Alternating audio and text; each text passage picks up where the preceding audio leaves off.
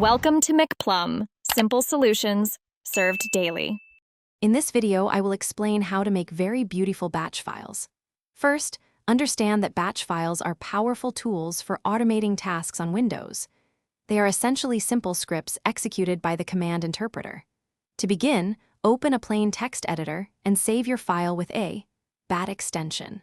Always start your script with @echo off to prevent commands from cluttering the output, ensuring a cleaner user experience. Making your batch files interactive greatly enhances their beauty and utility. You can prompt users for input using the set/p command, storing their responses in variables. For example, set/pname equals enter your name will ask for name.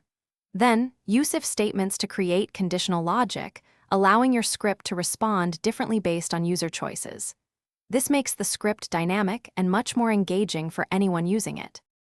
A truly beautiful batch file isn't just functional, it's also visually appealing. You can dramatically improve aesthetics by using the color command.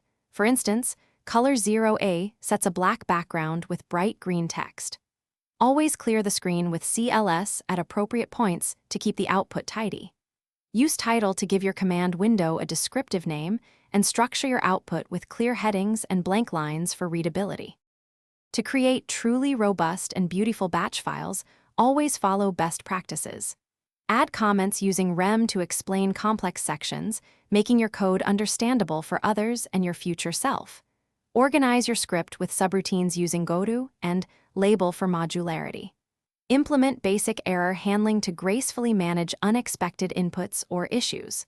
Finally, rigorously test your scripts across different scenarios to ensure they perform reliably and beautifully every single time. Thanks for watching, stay juicy, and subscribe.